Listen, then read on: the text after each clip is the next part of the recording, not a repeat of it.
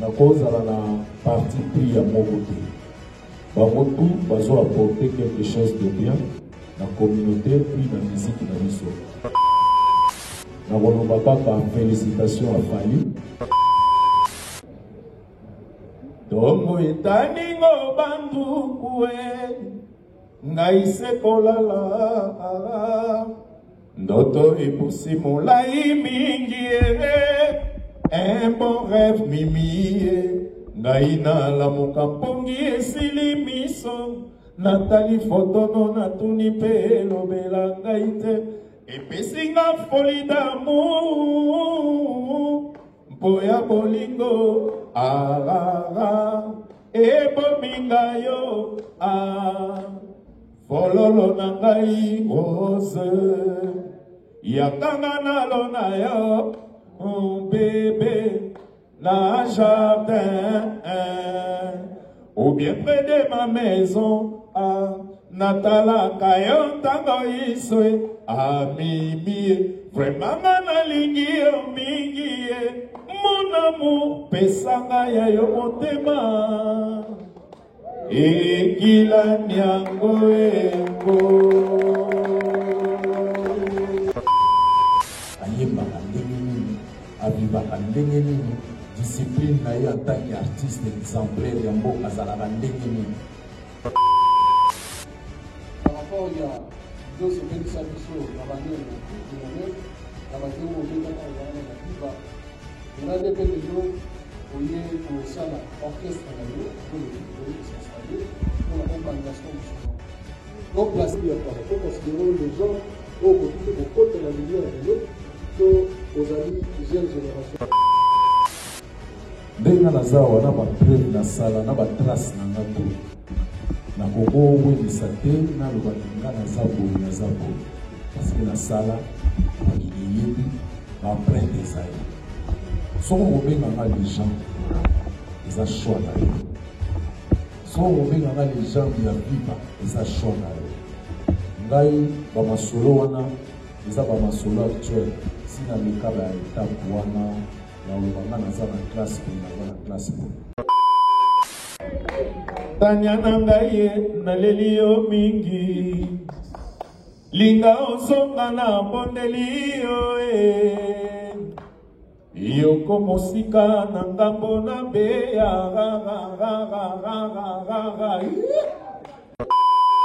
Bonsoir. D'abord, je voudrais présenter encore une fois nos excuses au nom de la maison Lennox Productions pour ce retard avec lequel nous commençons cette conférence de presse. Vous savez qu'il a été prévu pour 15 heures. Il faudrait comprendre également qu'il y a eu plusieurs embouteillages et on a fait quand même un effort d'être là. Ça, c'est honorer l'artiste.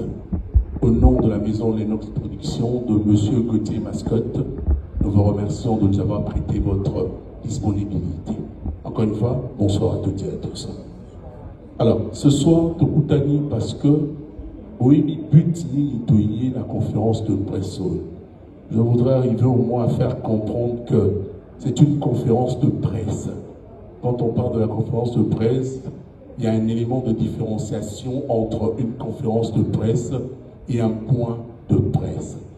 Ici, nous nous présentons pour l'artiste et nous allons être face à l'artiste pour poser des questions qui méritent de réponse.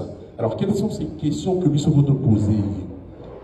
À la date du 12 juillet, il y a un grand artiste musicien congolais, à la personne de Justin Stino Mobi, qui est présent ce soir, livrera un concert au village Temba. Mesdames et messieurs, il a eu un énorme succès dans ce pays. Depuis alors, son nom est Tikala, n'a pas chef-d'œuvre à Sala. Alors, Batoumi Baloua, ce qu'on va y sur son live. Alors, une surprise en sortant de la date de la journée mondiale de la population, du 11 au 12 juillet. Et nous voulons tout simplement stimuler cette population d'être là nombreux ce samedi 12, donc le samedi 12 juillet 2025, ici au village Temba. Et l'artiste est là pour parler avec vous. Je sais que Mingi, Toye, Biete, mais par documentation, de artiste musicien, sinon, parce que je parle de bateau, la dernière génération, hein, mais au moins il faut faire un effort également de poser des questions importantes qui concernent que la production du 12 juillet 2025. S'il vous plaît, restons sur l'actualité, c'est le concert de Stino Mumbi, le 12 juillet 2025 ici. Cet artiste musicien qui nous rappelle, pour vous donner quand même quelques idées, de chansons qui restent comme de chefs-d'œuvre.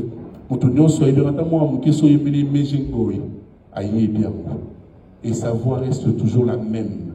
Un grand artiste avec un énorme succès. Il est venu devant vous, la presse, pour parler de son concert du 12 juillet 2025. Merci à vous d'être là. Nous allons passer dans quelques petites minutes à l'étape suivante, présenter toute l'équipe présente. C'est-à-dire, son groupe s'appelle Stino Band. Alors, ce groupe accompagnera le leader le 12 juillet. Et alors, pour essayer de cogiter avec son équipe, il y a toute une équipe pour arriver jusqu'au samedi 12 juillet.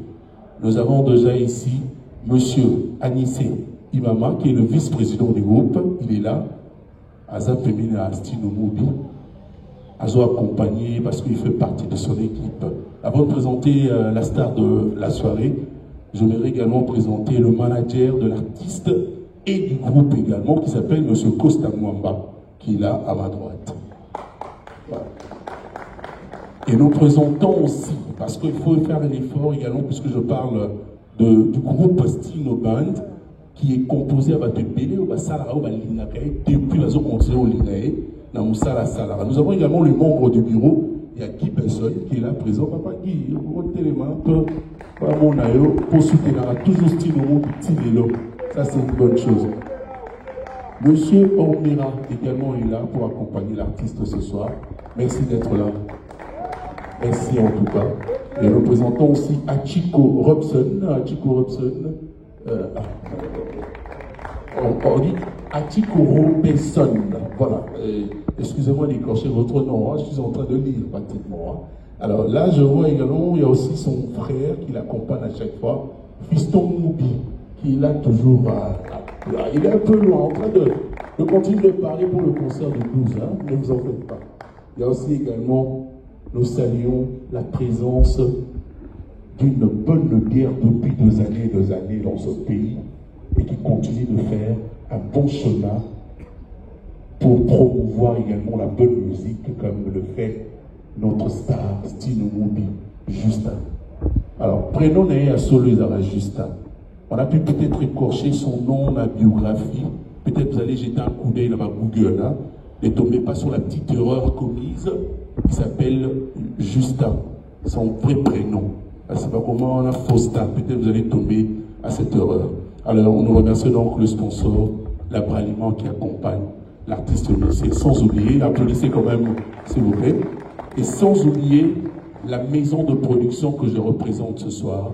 C'est la maison Lennox Production, du producteur Gauthier Mascotte, et qui est un grand producteur jeune et qui a le souci également de promouvoir la musique ou la culture congolaise en général et la musique, l'art d'en fait en particulier.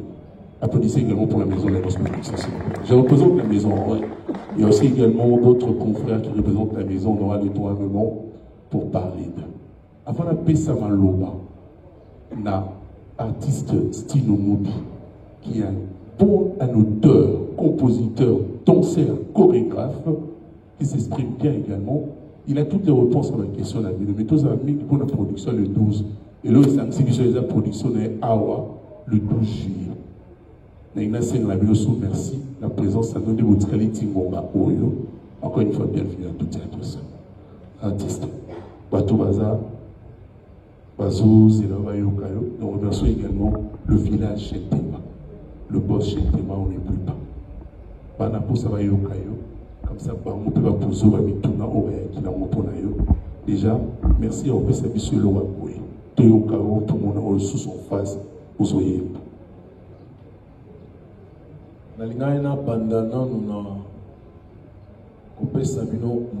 Bonjour à tout le monde. Nazane Singa Ozala Liboso Nabino, lokola Tony Autaro Loba, ebele bayebingai na son nanga, ebele bayebinga na ndenge ya vidéo,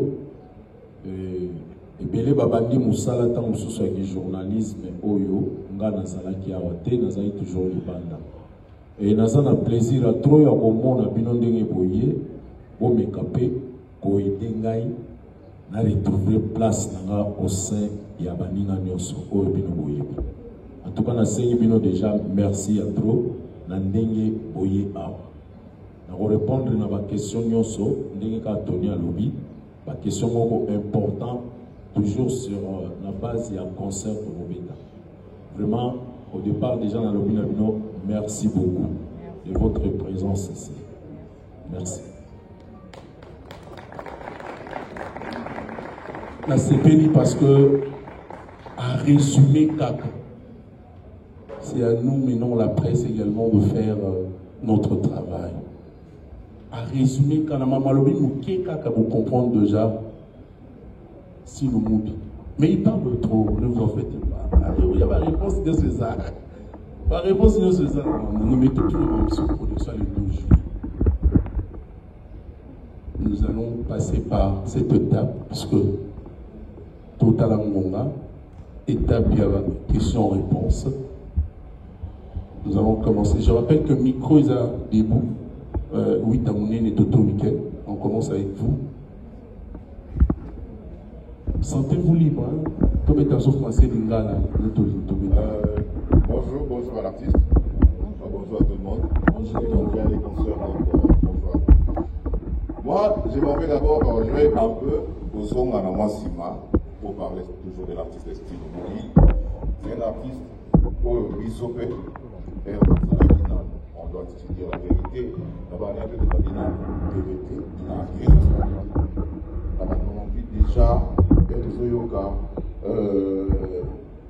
de la Romeo Juliette, Massa. Donc il y a autant de tubes Oyo, Bisso, Okoïla Yango, avec Estino Mobi. J'ai donc félicitations à vous, Style l'artiste. Merci. Et surtout là, vous êtes devant la presse. Ma première question est celle-ci. Le 12 juin, le 12 juillet, c'est 12 juillet déjà, ici, en studio, la village chez Lima. Est-ce que Toroyo Kara envoie un style vu l'âge aussi, vous êtes encore jeune, vous en avez mais l'âge aussi, et ils ont compté. Est-ce que Style Mobi va nous donner les spectacles autres de la caille? Quand vous étiez, je ne sais pas, par exemple, à la boutique, comme il le disait, tout le monde a le même style, ou bien tout le monde a un peu style, un peu, moins un peu rétréci par rapport aussi à l'âge, le coût de l'âge aussi, ça compte aussi. Est-ce qu'on va vivre avec le même style Mobi, autre Yébaka, là-bas, deuxième question. Style Mobi, vous êtes à Kinshasa, est-ce que c'est pour un temps? Vous êtes venu à Kinshasa juste pour cette production, à Pozongi dans le Poto, ou bien vous êtes venu à Kin, vous vous êtes installé et vous créez groupe Nayo ici à Kinshasa, ou bien c'est pour la production à Pozongi. Et aussi félicitations par rapport à la chanson patriotique, plus 243, I Love You Congo. Donc félicitations à vous, vous avez pensé aussi à nous dans la mission la F et par rapport à vous dans la RDC. Et moi je vous félicite. Dernière question, ils ont une motion polémique. Est-ce que Style Mobi n'a pas de déconner sur la Dibala Bouchika? Aza Conter n'a pas mot. Là, les diamis, est-ce que tout le monde a aimé la carte de concert? Oh, mais c'était que les diamis, merci. Merci, tonton, pour répondre à ma première question. Pourquoi il y a Style, ils sont toujours pareil. Donc, dans le baquet, bateau Baroya, tout va au balandina na ba répétition, ils ont été publiés sur les réseaux sociaux. Au moins, n'a pas eu comme il y a mais bateau Baroya concert, bateau Salake, Marabounon se dit qu'à la dengue Salaka, et puis n'a pas offrir spectacle dengue va travailler Belingaï. La deuxième question, on a eu un concert et puis on a eu un concert tout concert même dans le village de Temba. On a eu un orchestre d'accompagnement. Et maintenant, on a créé un groupe Nangai où on a Zobenga Stino Band. Donc, c'est vrai, pour tous les gens, on a besoin de documents pour vendre des héros. Mais pour l'instant, on a une valise. On a eu ça. Pour la musique, on a partagé passion. On a des jeunes qui ont eu chance d'évoluer. Et puis, last time, on va faire la paix. On va faire la groupe tout. Vous en avez leader, petit peu babimi, instrumentiste bien, banini. Donc, naïe pendant la zofana. Na fandi, na zosala, na sali déjà groupe nanga on va accompagner ngai, Stino Band, et puis valise et fandi, tous les casco pour s'installer dans dengue pendant ya bien. Oui, puis quand on zongi, ramener ces facilité. Tous s'organiser dans mon bien que c'est difficile. Mais pour arriver à petit na biso nazongi mna kini na beta pe ndule ko talaka moi na papa bato balingaki ye trop ala kisape o ya yekolaki na université wana ya village molokai. Alors pona baninga nyonso ya vivre la musique à question ya suka nakanisi ya suka mwana. Ouais, vraiment merci à trop na sauté. Pour la Love You Congo, en tout cas, l'Ikaniswana et Zomaki na Paris, chef de l'État Yaki Kuna, a Senga Inabiso, artiste, musicien, Kaya diaspora, Témé. Nabiso Nyonso, a Senga Tosala Nzembo Moko ya unité à pays. Et que na pensé que Sala Nzembo wana pour la unité à pays, tant qu'on a Tosaina m'agressé, et na Yeko Bongo Lango pour la soutien à ma part d'ici. Naba bandeko na biso ba wazalendo oba okunda au front et que nazaki na pensée pe ya ko kanisa pona paix na étendue nyonso ya République démocratique du Congo yango na sala nzembo wana d'ailleurs nazozongiselo yango na yo sala clip na ona kim na tonton weekend na sala clip na ona kim parce que na lingaki vraiment na sala bo awa moi makasi nazolo mabwana tuko banka bazala na ngakwa.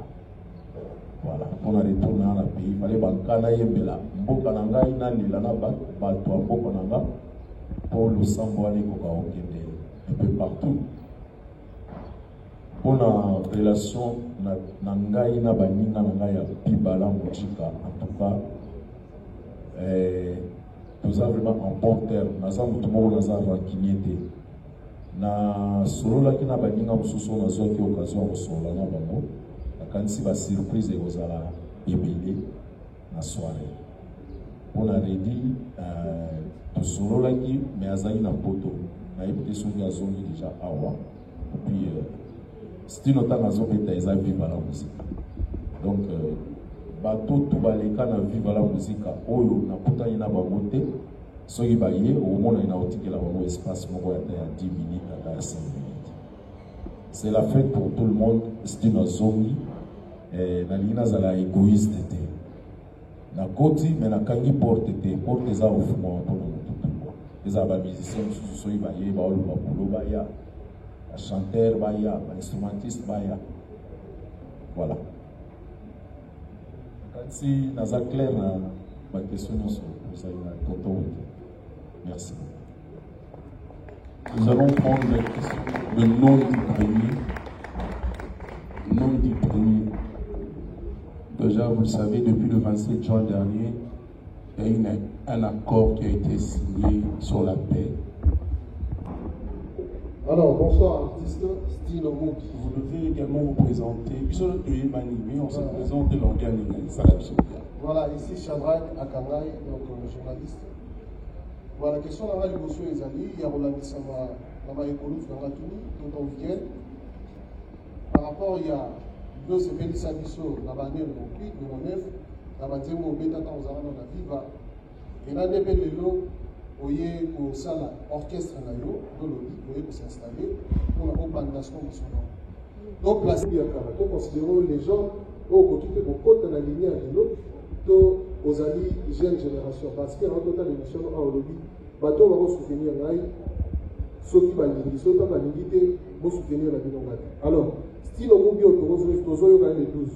Et ça style mobi ya style band mobi to considérons le rôle la légende il y a vive la musique to légende ya musique ya Congo to ya musique africaine ou même on se placer dans la catégorie ya ba légende.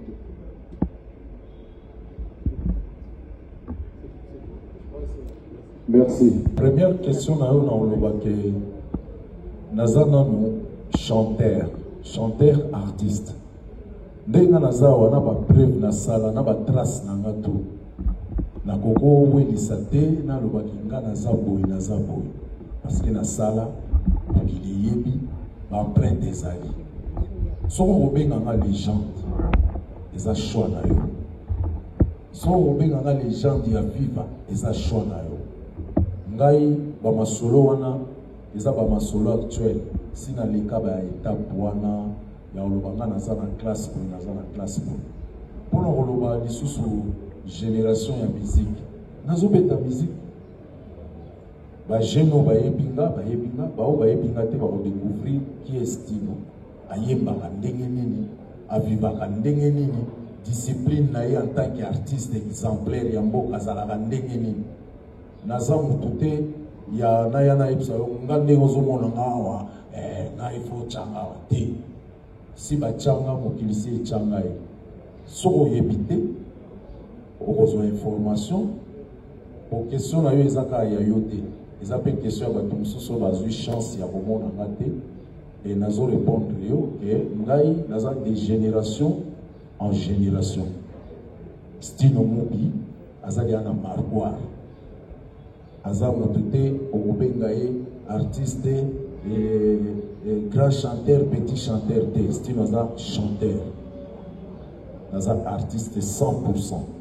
Donc pour la génération, Tchangai et pas union soali. Les lots aza envie, et on a pas un souba bimi, babotami après, mais bayebi banzembo nangai, et tant que souba yebi nade. Vaut mieux tard que jamais. Naza na génération moko te bonga na poto. Les lots sont au tchenga na podium. La génération moko boyeta mosusu comprendre te ndenge nini ayebi susu moko artiste atikalaka artiste se limitaka na rien du tout ezala rythme ezala style akolata ezala danse babiso mpe baobima bavie na biso alati na telemi abimi ne mokolo naza bete donc wana ekipaka te naza na génération de génération en génération dans la génération na obichate c'est vrai naza moto alelote na sala mais pour la légende koloba naza légende ya viva la musique te viva la musique eza compagnie soki naza légende na histoire ya musique ya mboka nanga nasi recomprendre ngai nani Shadrach eza na moto ya génération te et puis na histoire ya légende lelo bakomotuna nani légende te tant que oza envie ozo vivre histoire moko boye eza vrai et réel yo moko koyeba oyo naza légende oyo aza légende te po lelo awa bino moko mpe bajournaliste boyambaka mpe bachanteur obengi ye grand chanteur alors que aza grand chanteur te aza kaka chanteur comprendre donc bino mpe fo bozongisa mwa ordre pour baleki oyo bazoya nsima bacomprendre mpe ndenge nini ezalaka comprendre moto vivre kaka na baflou moto boye grand star moto boye grand chanteur soka chanteur aza chanteur grand chanteur aza grand chanteur nazwaka exemple kaka neti bapepe kale mpe ya sonama obenge nani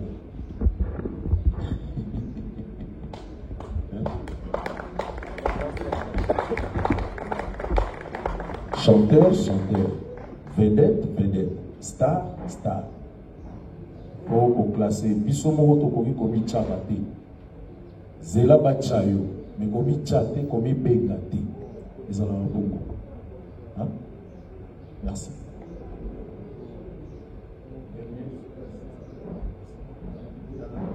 Dernière question, otunaki na Robert Stino. Il y a Stino Band ou Stino ou il y a Viva la Musique. Avant nano to sala makambo sika utala ka epai moto auti. Lelo bato ebele baoya otalanga, baoya otala Stino Band te. Baoya ko découvrir Stino Band. mais style en bande ezali koko ya viva la musique. Donc style oyo ya bokuta wana nous avons style ya viva la musique. Donc na olobaki non nazana nostalgique na musique na robeta. So bilo so oya on découvrir mais na robeta na style ya viva la musique. C'est clair hein? Merci. Juste répondre à mon book.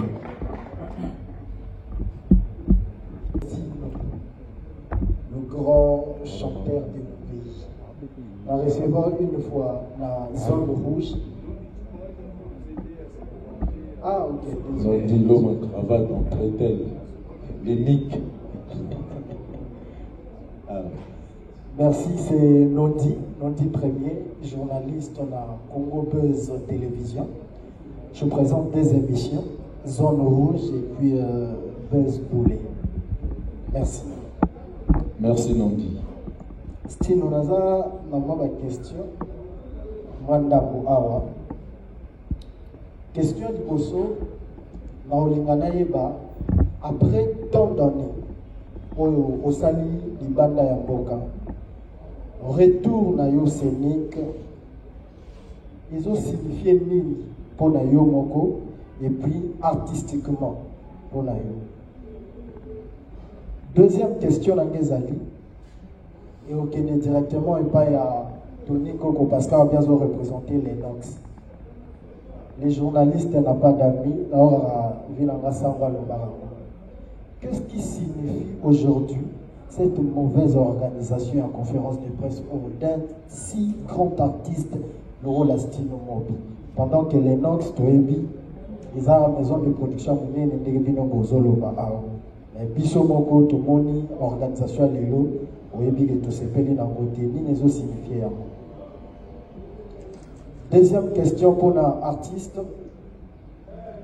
Maintenant, on y a surtout sali dans l'étranger.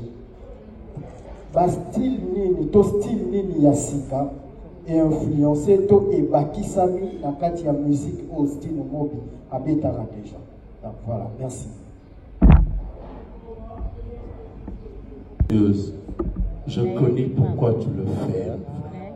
Parce que faut en plus de ça, tu travailles dans une chaîne de télévision comme le mot baise. Il n'y a pas une mauvaise organisation.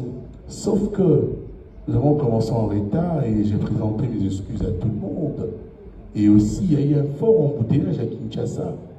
Vous parlez de l'organisation, la mauvaise à quel niveau? Nous sommes venus pour le 12 juillet, mon cher ami, le concert de Stino Mobi au village Temba. Est-ce que tu peux quand même également relayer cette information pour que les gens viennent assister, voir de la bonne musique, de la bonne danse, la taille élégante et effilée de notre Michael Jackson en respect. Et ensuite, tu pourras nous critiquer à la fin de cette production.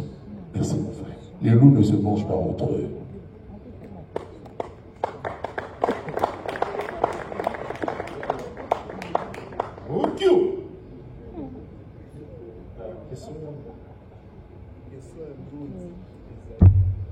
Après tant d'années d'absence, retour dans les autres signifie après année belé.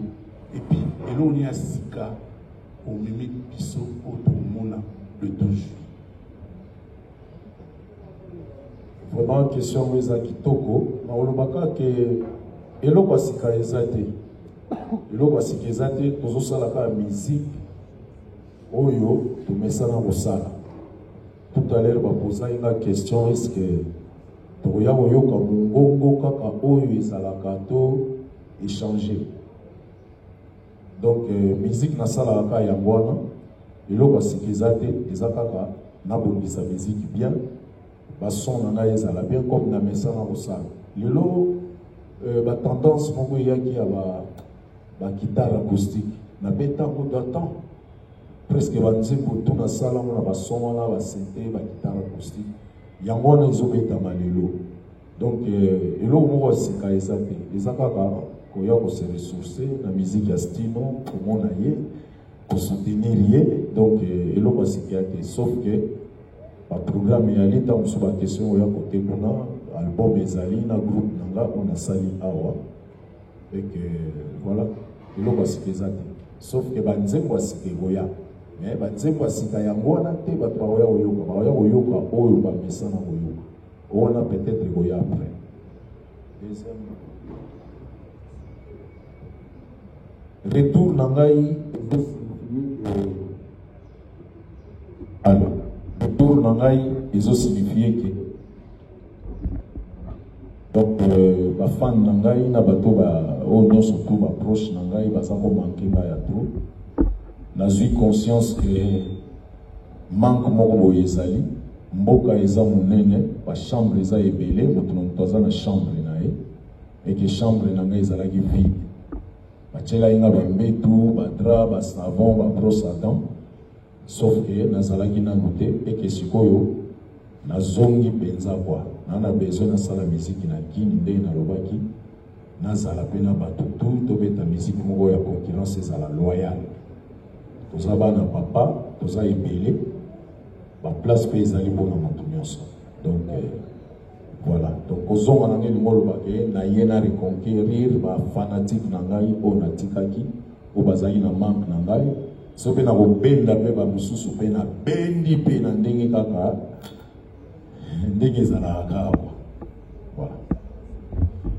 place ezali vraiment mboka eza monene bamosusu baza na bakivu sala ba makasi bayoka yo puis sala musique bien bato bakolanda yo charisme ça compte charisme As et toute l'organisation, bonsoir. En fait, je me replonge un peu dans le temps. Stino, Tout feu, tout flamme, avec des albums il y a plusieurs années, depuis 89, 90 et consorts. Est-ce qu'on peut comprendre, pendant que tu avais tous les succès, quelles sont les raisons qui ne t'ont pas permis de rentrer au pays alors que tu savais qu'il y avait un auditoire qui t'attendait? Je me rappelle que ton comeback est arrivé en 2014 pratiquement, c'était un rendez-vous manqué parce que aux auditeurs ont presté les rouillés,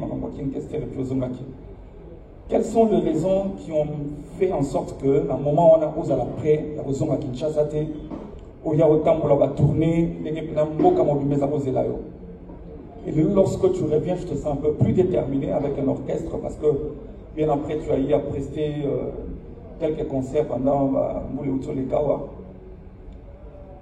Lélo, on est, je peux dire qu'il y a un public à toi qui a pris de l'âge aussi. Comment tu fais maintenant pour renouer avec ces publics? Je pense que pendant tes répétitions, tu as tenu compte de ça. Quel est le secret que tu as entretenu pour que les 12 lèvres Batobaroya, ceux que ça va Sikawa Baroya, mais va retrouver qui est Stinoana, Oyo et Kumbara Bato depuis tout le temps? La deuxième question, c'est le retour au pays. C'est bon, avec tout le temps passé à l'extérieur. Le secteur musical, les lois rumba congolaises consacrées au patrimoine immatériel de l'humanité. Mais l'artiste, c'est lui qui fait, qui produit, ne semble pas bénéficier du fruit de son travail.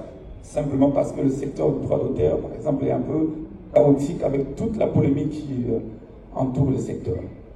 Est-ce que tu n'as pas une petite recette à apporter pour que vraiment qu'on sente qu'au-delà du fait que tu viens en tant qu'artiste, mais tu viens également contribuer pour que l'art de ton pays, les artistes, tes collègues puissent vivre dans des conditions meilleures en fonction de ce qu'ils doivent gagner par leur salaire différé qui est le droit d'auteur et le droit voisin. Merci. Surtout, je veux terminer par là, où je pense que vous assurez votre surtout, mais ça peut-être moi tant. Attends moi Capella mon c'est moi Roméo et Juliette ou bien Méjengoy. Je pense que Batuno sera aussi ça va mon plaisir. Merci. Merci à résumer rapidement à l'objet. Et l'on y stimulé que revenir dans Mboka. Au moment où il tombe dans le zéro, il a quitté. Ça a été. Raison, yo, où il y a la tête dans le zéro, on a mis le yo. Il y a encore des questions. Le président public, Nayo. Allô? C'est bon. Je suis déjà âge, mais c'est que nous avons un programme public. Et en parlant de retour dans la Moka, depuis le 21, en 2021, le 14 décembre, la Rumba a été inscrite au patrimoine culturel immatériel de l'UNESCO. Question Libosona.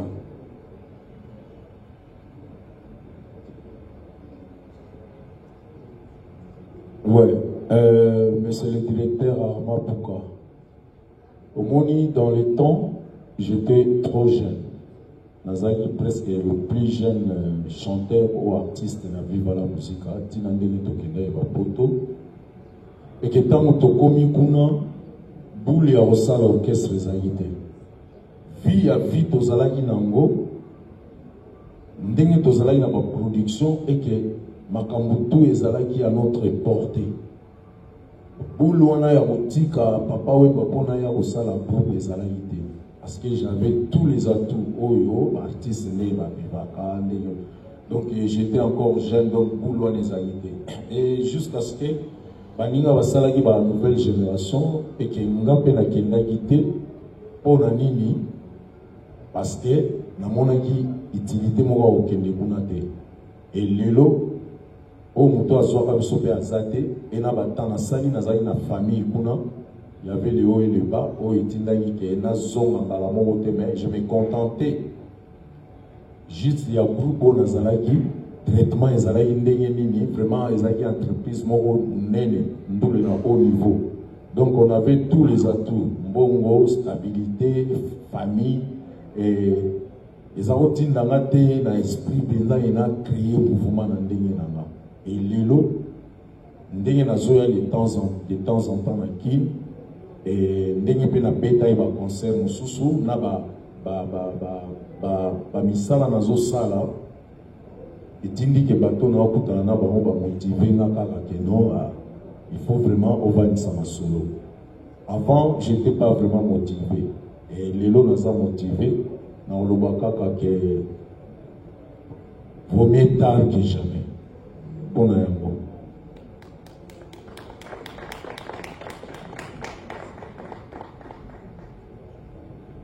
Deuxième question.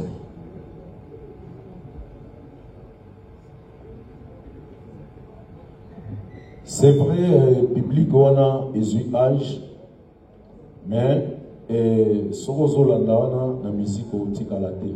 Beta musique pour la génération Nyoso. Même les loba koli, la nostalgique. Batumsu baoya o ba découvrir ngate. Tant baoya na ndule na ngai, tant baomona na télé na zoyemba. Nakanisi eloko ya bien balinga ngo kakarma bao baye bainga dans le passé te baoye belanga net balelo baomona marque nanga baomona ndenge nazoyemba. Bon voilà naza chanteur, grand chanteur en mboka, donc nakobeta ka bakikala te nazobeta kikala bena kilelo nde baloba langage wana nakobeta kikala bena kilelo. Soko monika oyebinga te oyeba te artiste aza ya kala, style vestimentaire, idéologie, charisme, tozotikala ba. Donc bato baoya otala nga lelo baomona papa wemba, bakomona Kester, King Kester, et bakomona style. Voilà, un peu de tout ça.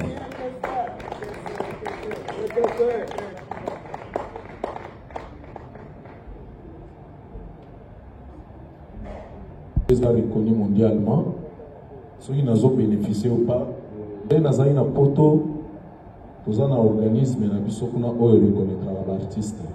Donc nous avons affilié dans sa scène. Mais le Congolais, nous avons pas droit dans la Tchamboka. Quand nous avons inscrit dans sa Sokoda, Sonika, et que les droits nous avons percevoir dans mon poto. Nous avons vraiment les droits. Mais awa, nous avons touché à un roté. Au Kuna, nous avons 80%.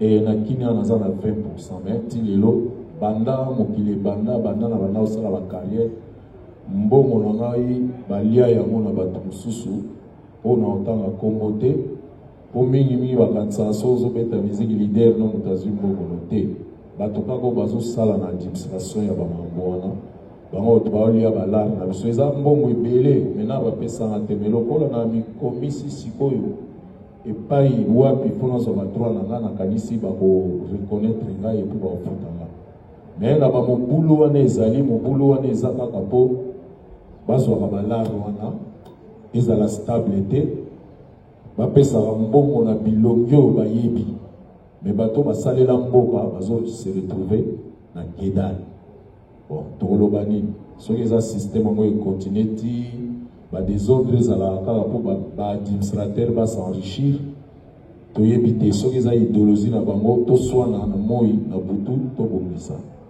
voilà. DG, l'intelligence congolaise à mon bouquin. On pourrait également te retrouver sur un plateau, parce que je vois que tu as des bonnes questions à poser à l'artiste. Dans mon livre, au ministère, il y a un moment où la liste de Yoka, ou apaiser moi bateau, moi capé les lois sont cassées. Avant, on va prendre une dame après pour la question suivante. Micro wezo kata kata tata otindi na voix wezo kata te. Tongo etaningo bandukue ngai sekolala ndoto epusi molai mingi un bon rêve mimi ngai nalamuka mpongi esili miso natali fotono natuni mpe elobela ngai te epesinga foli d'amour mpo ya bolingo ebominga yo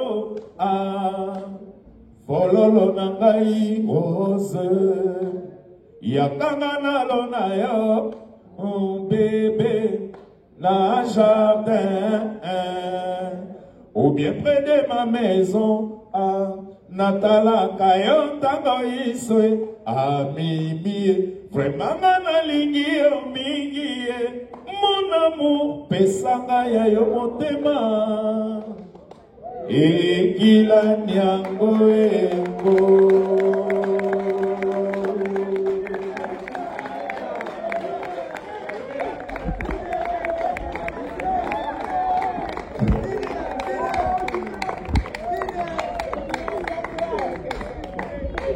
tanya na ngai naleli yo mingi linga osonga na bondeli yo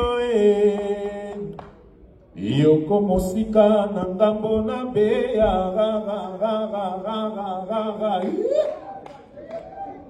natinda mikanda réponse ete baboti balingi yo ya tanya ozonga na Kinshasa ngayawa mawa sia balobela yo pe fini la récréation natikali na ngai maboko mpamba nakomi lokola ndako ezanga likonzie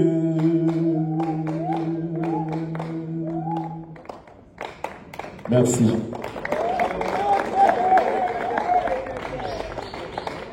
Donc, la maison Lennox Production apporte un produit vraiment à encourager, féliciter, à assister, pour faire confiance à cet artiste musicien. Très belle voix qu'on a connue. Hein? La voix, hein? La même, c'est la même. Hein? Donc, le 12, nous invitons tout le monde. Hein, vous partagez un mot, vous stimulez Batubaya le 12 août. Where we look at school live. Moi, capé la rare mambuka sengi, mais talandenge ngisibiso. Et il y a certaines personnes awa, bayo qui les souillé, mais bon cas, eh, yenem tayemba, pour les souper, tozala raté. Mais vous profitez, mais non de faire appel aux gens de venir au concert ce samedi 12 juillet, la village Chentemba awa. et au Sarabé. La population est allée parce que nous sortions d'une date dédiée à la population le 11 juillet, alors de chaque année. Et alors le 12, il faudrait être là pour assister la population quinoise et Zalapo et assister artistes. On va prendre une femme, hein, parce que tout pessimiment les lignes. Grosse Moulir, merci. Grosse Moulir, et mon ami est au canapé. Voilà, question là, ils allaient, si non moubi, aux alara, na kati ya fibala musique, ya papa wemba ekuma déjà, aux alara pinonio so, na succès au mana benga ke, papa wemba na bana na ino so tikala ko kangela mututé, makolo to tikala ko pimela mututé, chance mututu, o azala ki pembeni ya papa wemba, azala ki toujours célèbre. Question là, ils allaient, si non moubi. En tout cas, à l'époque, peut-être on a été mais quand même na télé. Vous avez un style, il y a Michael Jackson, il y a RD Congo. Vous avez un style, il y a Ebinelli, il y a télé. En tout cas, ceux qui ont la Michael Jackson, il y a Libanda, toujours référé à la mort na style. Et après, la succès, et là, télé, vous avez unique à son genre. Et après, ok, les gens à niveau Europe, ok, il faut éviter les lots qui sont de la biso. Nous communiquons d'abord et pousser ce nous dit. Alors que sont de la biso na RD Congo au moment où les lots pour être vrai, parce que au bazar au top, au célèbre, tout le monde fallait pour bâtir la merveille à ça, faire école la gestionnaire, éviter Watanabe et pour battre une partie, c'est un sous ce délai au lot. Pour voir le temps à va comprendre la banque de l'été pour nous dire que c'est possible ça. Oh, déjà, si ma soit place, ma kanga, si nous mouvons plutôt, Aïe m'a déjà bien, auteur Robin n'a pas bien, est-ce qu'elle retourne à tout d'abord, on est pour ça qu'il y a un RD Congo, et puis, les gens sont en RD Congo, est-ce que vous en avez souffle, dans l'espace, où le sous confiance pour Babana, couper ça à l'époque, quand vous allez capter et péler, c'est pas la même habitude à Raoki, Robin n'a malonga, Koyemba malonga, est-ce que le loup tous là où sous na kota boyemba déjà tout à l'heure na ko yembi bien mais dine di wana na ado so komi na weso ko zongi la so la te di wana na dine di wana et puis de quel côté a une deuxième question na génération en génération na dit que génération en génération c'est icône na biso au fiolomide o yo asa de génération en génération o yo atira la petit na yetonte o yo azali a rozala pas je continuer pour ça. Est-ce que c'est une mobile aux artistes monnaie est-ce que yobe ndenge retour na yo ozongi na kata RD Congo po ozongisa lisusu masolo yango est-ce que tout s'attendre aussi na style mobile de génération encore en génération donc comment na style mobile c'est vrai qu'on sort déjà le 12 juin et juillet plutôt en 2027 en Achetemba pour yoka style mobile pour revenir mais est-ce que après tout le monde bébé il a changé de retour à côté après il y a aussi le fan du peuple de comment ça le style nous pour les mettre dans quatre affaires avec merci beaucoup quand il met plus on a plus soit la conscience on a la confiance de côté pas polémique au lolo et comment on a comme une engagement intel on a un point peut-être est-ce que pour ça sur que nous nous bébé pour rejoindre bah journaliste on suspect oh bah qui était les longs on a ça pour style nous. Merci Doris. J'ai pas l'idée de te vilipender. Ce sont les questions déjà posées. Hein? Mais au moins, on va prendre la dernière question. Mais si on écoute, on danse, on chante. Mais j'ai pas une belle voix. Est-ce qu'on vend de la vision de Bastille? Voilà, on prend cette question parce que les deux premières questions, déjà, la soit merci. Naolobake stino lelo aopimela biso na ndenge omoni style yaka elekaka. Il faut pas trop entraîner dans le passé. Lelo comme nde mususu. Comme sunde omoni nazarola tamingi ba pantalon à 10 000.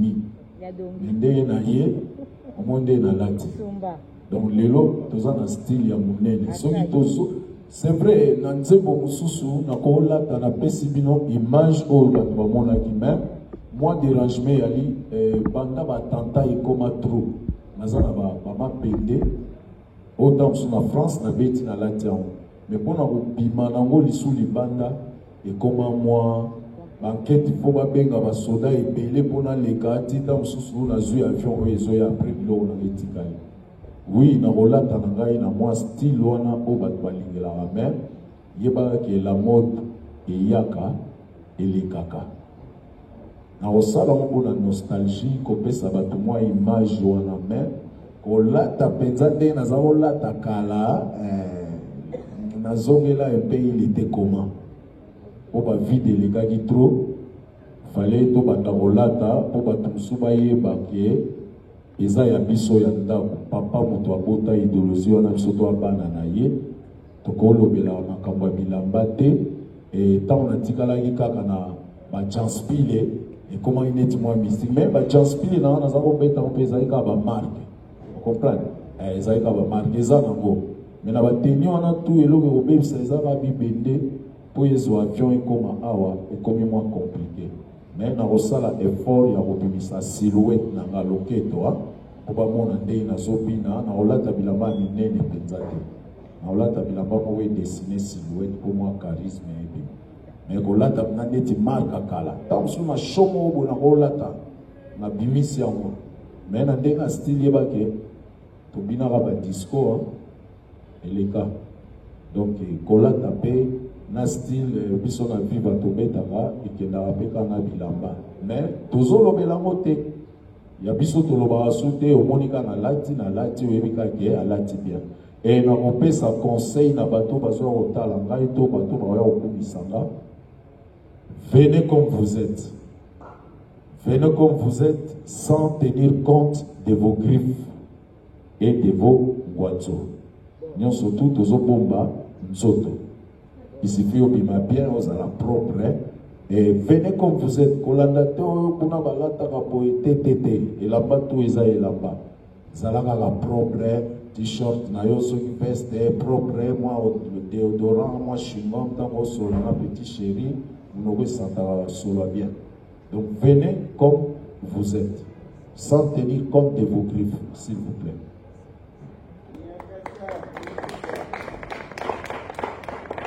Les dames, nous avons besoin de vous, il faut venir.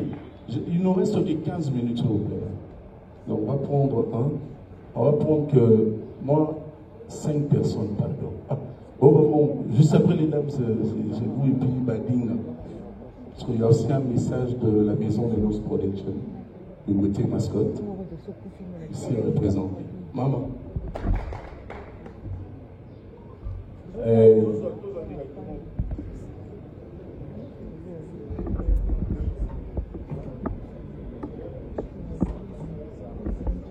Oui, Sarah. Nalinga ina répondre yo pour na ndenge ya ba bêtise na banzembo. Omoni nga naza na génération moko boye tant tozo yemba ba bêtise wana ezalaka te. Et censure, commission en censure ezalaki vraiment très présent na kati ya misala toza osala.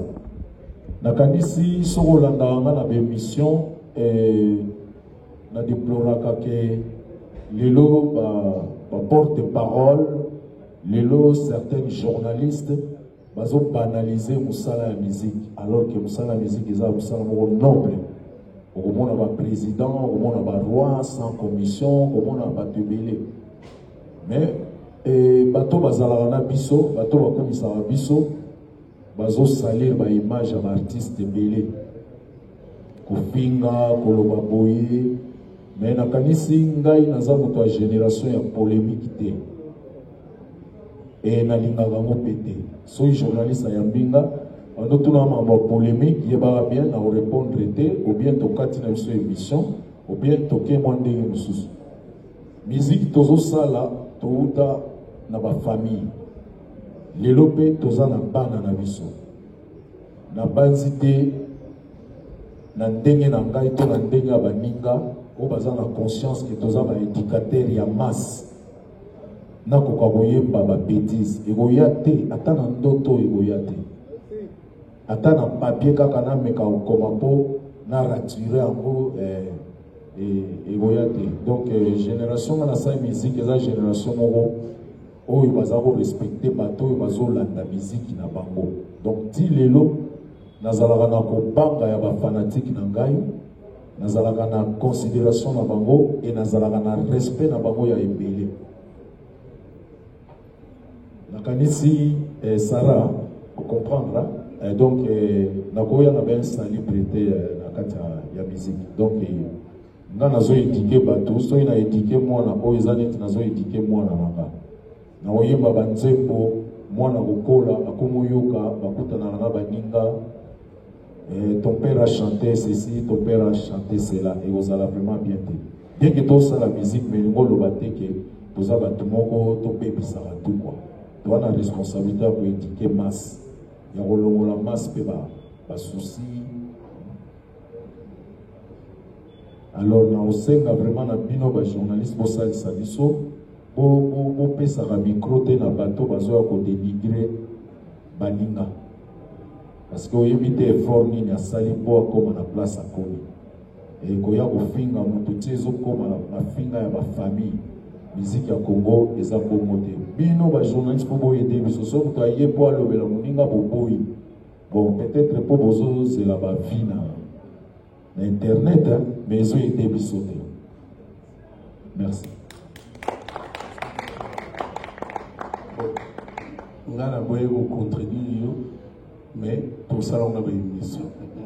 Pour ça, on a un journaliste, il nous ma bise à partout, sur la ville. Bon, la fanatique n'a eu, pas bien avant, on a une question, et puis tendance n'a eu. Yo zamutu afere to zamutu ya fali. En tout cas na ba tendance wana lobi na ebi na zomona ndenge bato bazo se sectoriser inga na za boye inga na za boye bato wana tout o bazo yemba wana ba petit na biso na kozala na parti pris ya moko te bango tout bazo apporter quelque chose de bien dans la communauté, puis dans la musique na biso. Nous avons la tendance à gauche ou à droite. Nous avons félicitations à Fali et félicitations à Ferregola. Nous avons contribué à la continuité à Rumba na biso. Et les fanatiques n'angaï sont les benga ba bastino ou bastinette ya basi. Voilà. Le prénom Bob Mbongo et puis tu auras la parole. On va d'ailleurs épiloguer dans quelques petites minutes. Hein, parce que s'il vous plaît, excusez-moi Bob. Je voudrais vous présenter, puisque nous, du premier, avait besoin, il avait une préoccupation pour la maison de notre production. Balayette, biberon, les lobans na bakola, c'est un souci pour Nayango. Et pour garantir orchestre, groupe, bande de style mobile, les alika kaba production. Groupe existe à rater sur la production exatée. Et nous avons garanti pour la maison Lennox. Déjà, dès que tu as un bango, tu as un concert na Kilité. Les alika pour un concert à Paris. Mais le la date est en autobimisi à moté. Tu solo le lisusu na la tournée africaine orientale. Et pas une société ba ezali na robeta concert kono. Donc on les a déjà garanti pour un groupe nangai bazala bien ba répéter dans la condition bien. Et de deux, nous allons pour parler dans brasserie na biso où ezali à prémisse pour nous garantir soutien